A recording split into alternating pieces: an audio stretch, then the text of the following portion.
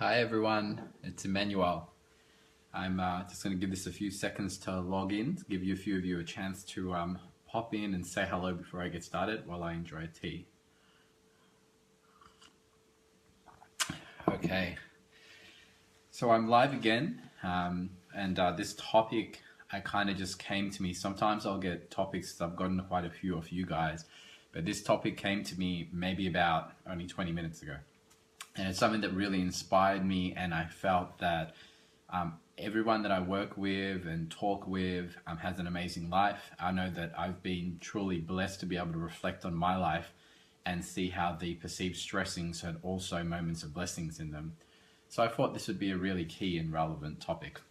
So every now and then you'll see me look down as well. I've put a few really key notes. In fact, I've scribbled all over this. There's just so many things that came to my mind that I wanted to cover today. So I'm going to try and keep this short, but no, if you see me really enthused about this topic, it's just because it's a topic that I just love. I love watching and seeing people transition. So this is interactive. If you feel that some of this connects with you, click like, share, and feel free to comment, and I can see your comments live. So for those of you that have watched a few of these, you'll know that if you ask the questions or if you say hello, I'll interact with you. So that gives us an opportunity to have a two-way instead of me just talking at you, which makes it a lot more fun as well. So questions and answers are welcome, like and share, and I'm really glad to be here discussing this topic. So I'm going to start off by defining your history. And your history is what's happened in your past. And we all have a future, which is our perceptions of what's going to come. We all have the now, which scientifically is the only moment that we can prove. And we also have the past. And the past is made up of our perception of the past and how things happen. Because sometimes we think things happened a certain way, but then later on through reflection, we find out that there was another side to it too. So when I talk about the past, it may not always be the past per se. Oh my goodness, I think this is the first time I see your neck. Hi Casey and hi Naj. Yes, I'm usually in a suit, but every now and then I like to change it up and wear a shirt. So I've just got some reminders popping up here and I'll switch them off. I'm on my phone. Okay, so I do have a neck, by the way. So your history is comprised of the things that have happened within your past. And in your past, if you have things like shames or guilts or things that you perceive as negative, anger, fear, sadness, hurt, guilt, resentments, or even infatuations that you haven't let go of, then it's really hard to be present and focused in the moment. And we even have things that are called anchors or hooks. So if you imagine like a fishing line, and if I was to throw out a hook and hook onto a person and my association to that person or something that they did or didn't do, and that could be a positive or negative in association. It can also be balanced, but a lot of clients that I work with, it's positive or negative. And you're unconsciously hooked onto that person or something associated with them.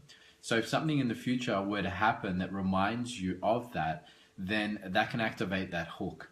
And it could be something that you heard, smelt, tasted, felt internally or externally. Whatever that is, all of a sudden, you will react, which is acting again, as compared to acting. And the way that you react can either be rational, that comes when you have a ratio of one positive to one negative in the way that you're seeing things in the universe, or irrational. So when you're reacting in a way where you did not want to act that way, and you can unconsciously wake up later and go, why did I do that? Or why did I even act that way? This has just caused more damage than what it was necessary. So if you have had, or if you know that you have hooks on past relationships, past associations in business, maybe family members or things like that that you react to, give this a thumbs up, because I'm going to go through and go further on as to how you can become a master of your destiny and let go of that. I know that's had some real value in my life. So as I look throughout my life, the first definition I just put down is history. So these are things that have happened in your past. And if you don't know how to let go of your past, well, guess what? They're going to keep happening in the future, because you repeat and pre-repeat things until you learn how to master and love them. And that's really what this is about. Now, the second element we have is your destiny. So this talk is about transitioning from a victim of your history to a true master of your destiny. So I'm going to define a master. And a master is somebody who has mastery in a certain area. And we have 7 areas of life: physical, financial, mental, spiritual, social, vocation, and family. It's just a deconstruction and a breakdown of the different areas of our lives. And I believe that every human being is here to truly master each area of your life. In fact, if you're here to master all areas of your life, give me a thumbs up, because I know I'm here and I want to have mastery in all of those areas. I want to have physical mastery of my internal world and my external world. So I don't have to go and rely on medication and some kind of pharmaceutical company, that I can manage my own well-being. And I also want to make sure that on the outside, I'm 32 now, and I still get compliments for 26 or 27. I wouldn't mind if that kept happening all the way through to 100 or so. I've planned to live to 130, and I'll see how I go with that. So your destiny is a destination in space and time. So as human beings, we have the space around us, and we also have time as a component and a measurement unit. And if we're going to become true masters of our destiny, then there's a destination that's truly important to every single individual, whether you're watching this or not, on planet Earth, and you are inspired from within to acquire that destination. Well, this talk is about how to acquire and achieve that. So I'm going to start off with, what's the next element here? Mastering your body and emotions. You'll have to excuse me, I frantically wrote down so many notes. I just want to get through all of this. You live in a body. That's kind of like the apartment or house that you live in and walk around. So as you're transitioning through life, everything that happens in your mortal body, you're going to think, feel, and experience life through that. And to the degree that you can gain mastery and certainty and clarity in your mind and your body will really determine the sphere of awareness that you go into or the type of life that you have. So if you're having situations within your life where you're constantly feeling negative, or things are reminding you of your past and you're unable to let go of that, then the apartment's going to be dirty per se. In other words, there's two major elements that you're going to utilize to see and understand the world. Psychology, that's the questions and the thoughts within your mind, and physiology, which is the emotional states, which is the energy and motion of your body. So if you have thoughts that are constantly occupying time and space in your mind that are not balanced and reminding you of things that are highly negative or positive, you're going to have a harder time trying to become a true master of your destiny, because whatever occupies time and space in your mind prevents you from being present when it goes to an extreme of one side to another. So you have a feedback system called the human body. And that human body is helping you through signs and symptoms to bring you into greater states of clarity and awareness. So I've spoken about this in a few other videos, but I'll quickly touch on this subject again. Whenever anything occupies time and space within the mind is known as the central nervous system. It's the center. And we perceive and look at the universe and have a ratio. So just before I spoke about the ratio of perceptions. If you see something as more negative than positive, that's going to release certain chemicals and hormones through the body. If you see something as more positive than negative, that's also going to release certain chemicals and hormones throughout the body. And each one of these has a direct impact on physiology and psychology. And the ratio of these, if it's 10 negatives to 1 positives, actually explains which chemicals and hormones are now dispersed throughout your body. So when you understand how to actually master your perceptions and master the way that you're seeing the world, which is why I forgot which psychologist said this, but they said one of the greatest discoveries of our time is that human beings can alter their lives by altering their perceptions. It was a statement to let you know that it's not what happens to you, but your perception of what happens to you that dictates your destiny. And I'll go through some circumstances in my life that have really helped me to transition and see that. And I've got some of my clients, very valued clients on here today that have experienced that as well. Now, I'm not talking about positive thinking. It quite often leads to people feeling quite depressed, because when we exaggerate the positive and minimize the negatives, then what we end up doing is actually creating fantasy illusion-like states that us and other people can't live up to. And when they do the complementary opposite, it doesn't happen. So I'll give you an example. If I expect my girlfriend Renee to always be positive, always be happy, never be mean, and never be harsh, it's not going to happen. There's going to be moments where I appreciate and enjoy what she's saying and doing when she aligns with what I value. And there are going to be moments when I don't, when she goes against my values. But both of those are expressions of her, and if I can learn how to love both sides, I can truly appreciate her. So thank you for the like in there. So I would recommend that if you want to really understand the feedback signals of your body, well, your body's constantly trying to bring you back into a state of balance in your psychology and physiology. And everything that you're collecting, like a hard drive, is kind of collecting viruses where you perceive one side greater than the other, positive or negative. you're creating unrealistic expectations. So your body's trying to give you that feedback. So the major thing that I'm trying to get across is, if you learn how to understand the feedback of your body, how to understand what emotions are teaching you, how to bring your mind and body back into balance, not just by thinking about it, but I utilize the DeMartini method because I find that that's a tool that I've used with hundreds of clients, and it's been able to acquire that results time after time, scientifically and guaranteed. If you've never heard of that, well, inbox me because I'd be glad to talk to you about it. It's what I do on a daily basis, and I love utilizing that tool. So the first aspect that I had there was understanding the human body. Understand that emotions are feedback signals, whether positive or negative, letting you know that you moved away from a central point of balance. And it's trying to get you to see both sides so you can have appreciation. So if you're going to master your life, you've got to learn how to master your emotions. You've got to learn what they are and how you can actually utilize them as the feedback to get you on track and keep you on track. So we also have psychology. And whatever occupies time and space in our mind is trying to let us know what areas are in balance. That's why I know that a couple of months ago, Renee and I had a argument about the barbecue. She was late for work, which is one of her highest values. And I quickly jumped in to clean the barbecue, and she was already stressed and running late. And I got in the way of what she values the most, which is her health and fitness and a barbecue. So her and I had a kind of a disagreement in the backyard that you can see here. And when she left for work, my head was still going through the argument. So put a thumbs up if you've had an argument with your partner, they've gone to work or left, and you're still thinking about it in your head and thinking, I'm going to do this, or I would rather say that. And your head's still having this friggin' argument, and they're not even there. I know that was happening to me. So, and yeah, and you just can't get it out of your head. And I realized that as a consultant, my job is to be as present and focused as I can on a daily basis because I'm working with clients with high degrees of different emotional stability and instabilities, and I need to be present to really create results. And I wasn't going to do that if I was going to hold on to that. So I applied the method, and within about half an hour, I was laughing and appreciative, and I could see exactly why it happened and understand why she reacted the way she did, and I was grateful that she did. And I actually realized that I wasn't communicating openly and that I was jumping in front of her. Then if I learned how to communicate better, both of us would have a greater appreciation. So we came, when she came home, it was like a 2-second discussion instead of an argument. I'd already had that cleared and my mind was clear, so I could be present and focused and get on with the rest of my day. And I found that that was the difference between giving my clients the best of me or just having been a victim of my history and feeling that somebody did something to me instead of owning the power in me and going out and really realizing what it was about. So know that your mind will bring to your forefront of your attention, like a big screen movie, whatever it is that is the greatest imbalance. So if you highly resent someone, you're not going to get them out of your mind. If you're highly infatuated with someone, then you're not going to get them out of your mind. And that could be a situation, an event, or anything else in space and time. So mastery of psychology and physiology is vital if you're going to become a true master of your destiny.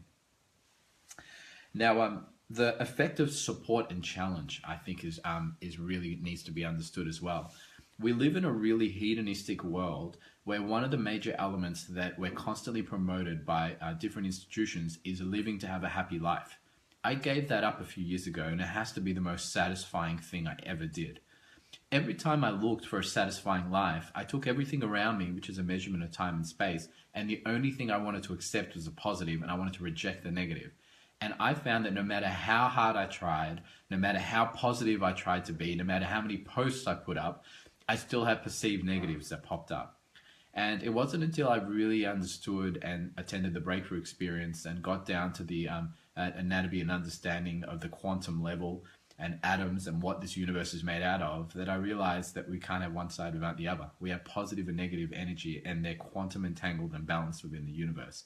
This was a profound understanding, because now negativity had a place, now positivity had a place, but both couldn't exist without the other. They weren't dichotomies, they were inseparable. And when I saw that, I started to ask, well, if my whole life I'm going to have support, which is whenever things support my values, and I call it positive, and challenges, whenever things challenge what's truly important and valuable to me, and I perceive that they go against my values, well, how can I utilize both so that they both are on the way, not in the way? And how can I take my perceived support and see how that challenges me? And how can I see the perceived negatives, and see how they also assist me? And I'll give you a few examples of where this has just been profound and truly amazing for me. In primary school, I was bullied. And if I look at my primary school life, if I look at the 7 areas of life and I put in there where I was a master and where I wasn't a master, physically I was weak and mentally I wasn't strong. And if you can imagine in primary school, a bully is the exaggeration of that, exaggerating themselves in strength and exaggerating themselves mentally. So I was below the midpoint and they were above it. It's a perfect balance of the two. So that challenge, I could say, well, I was bullied and that was negative and that had an effect on me and etc. etc. But after learning the DMRTD method, one of the profound things that I noticed was between the ages of 17 and above, I had a real value for growing my body. And by the time I was 25, I was a bodybuilder that was able to deadlift and do 140 plus kilos, which I never thought I would have been able to do as a kid. The only reason I had such a commitment and a drive to do that was from the day in and day out of being challenged in an area that I wasn't valuing. I later on ended up doing sports modeling, and truly now I have an amazing value for the body and the mind, and that's helped me to look very youthful and stay younger and understand and connect with that audience. I would never have had the value for that if that hadn't have happened. So in that perceived stressing, there also lied an absolute blessing as well. And whatever areas that I didn't value, I was always attracting somebody that was challenging me to overvalue that area and actually learn how to bring it into balance. So that was the physical world. Then I also had, what have I got here? Fighting with my dad. I spent years fighting with my dad, probably between, I'd even say before 15 to about 26. And mentally, I just felt that we never connected, and communication was something that we didn't have.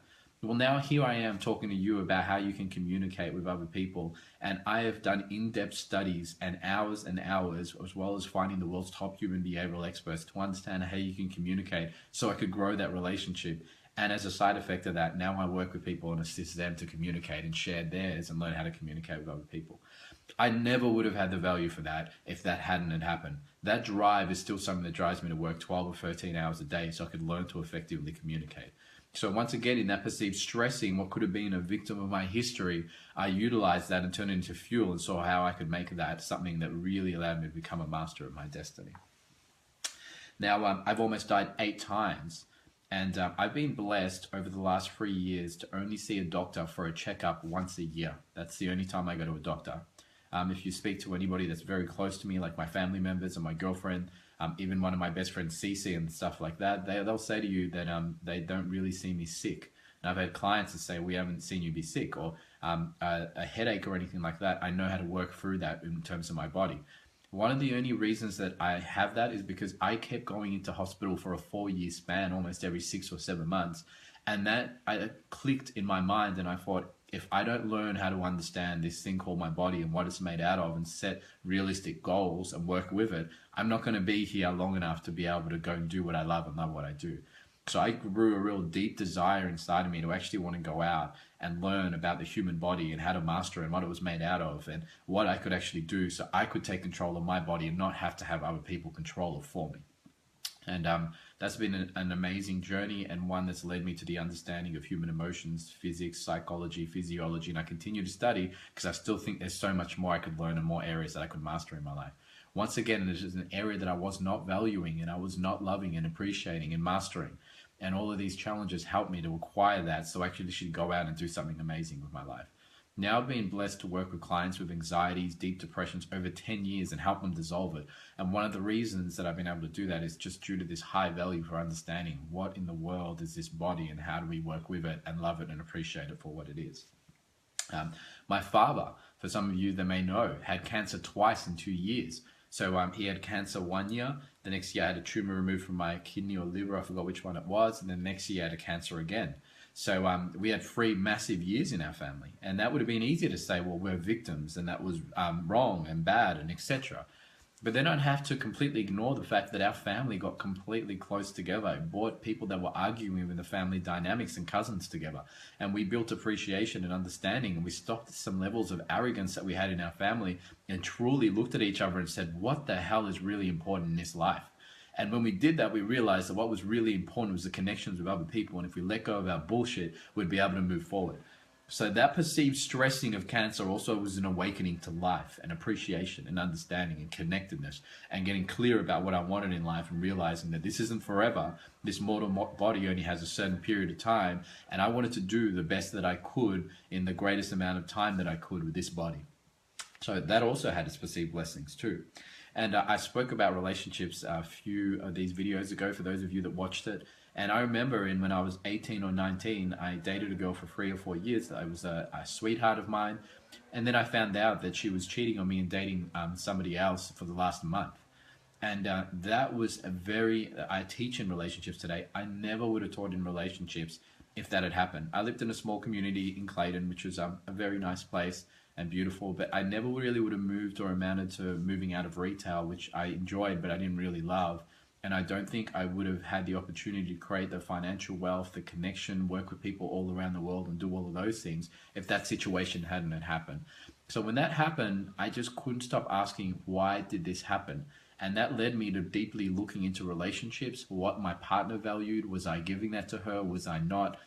The person that she met did. The fact that I didn't understand much about relationships and I didn't have a huge amount of appreciation for her. So you might hear some noise in the background, by the way. That's the gardeners as they're cleaning up the area that we live in. So let me know if that gets too loud. But that in-depth experience really got me to wake up, because I don't know about you guys, but I thought the relationships were happily ever after and you just kind of got into one and got married.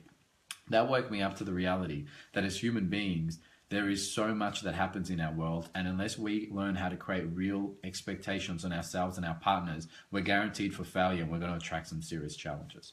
So all of these perceived stressings had amazing blessings in them, and I never would have realized that if they hadn't have occurred.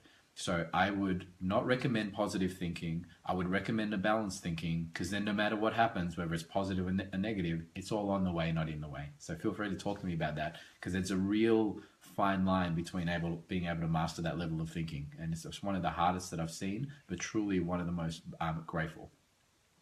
So you're here to master all areas of your life. So we have 7 areas of life, as I spoke about before.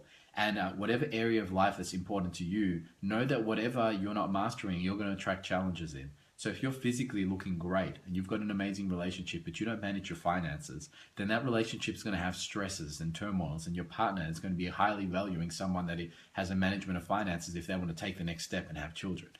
So it's going to be wise to understand how to master that area and put it along with all the other areas that you value as well. If you have a high amount of finances and your physical body looks okay, and you're doing okay financially and your family life's okay, but you're not looking after your health to the greatest degree, well, you may not be here long enough to actually be able to appreciate that with your grandchildren or their grandchildren, or be a great grandpa or grandma, etc. So all 7 areas of your life have a level of importance whether we appreciate them or not. And if you really master each one of those areas, you'll give yourself an opportunity to truly appreciate as much of life as you possibly can. And if you appreciate the positives and the negatives, you're really going to give yourself an understanding of the totality of life instead of just portions of it. So I really highly recommend that you look to take on great challenges in all 7 areas of life. Learn to become a master in all of those. Learn to dissolve the baggage from your past in each one of those areas. You're going to attract greater challenges in the areas that you least value, and you're going to attract people that highly value those areas. So you may as well learn how to overcome those and take them on and become a true master. Know that the more areas that you empower in your life, the greater the vitality and the energy and the appreciation for life. So that's my talk for today. If anyone has any questions, feel free to leave them now. Otherwise, I truly appreciate you guys and your time. Fabian, how you doing? Jumped in a little bit late, but feel free to watch the replay and you'll be able to see everything I said here.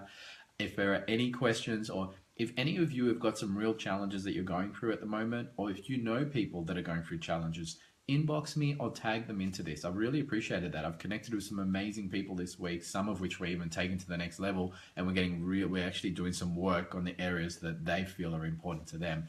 So feel free to share this. I do this so that we can get as much out there as possible. I can connect with you, as much of you as possible. I really appreciate your time, and know that your life is worth viewing, reviewing, seeing it again, and sharing with others. But you'll only do that if you really master those areas of your life and appreciate it. So thank you for your time. This is Emmanuel saying goodbye. Casey, yes, inbox me. I'd love to have a chat with you. And yes, this is my neck. So I'll try and show it more often.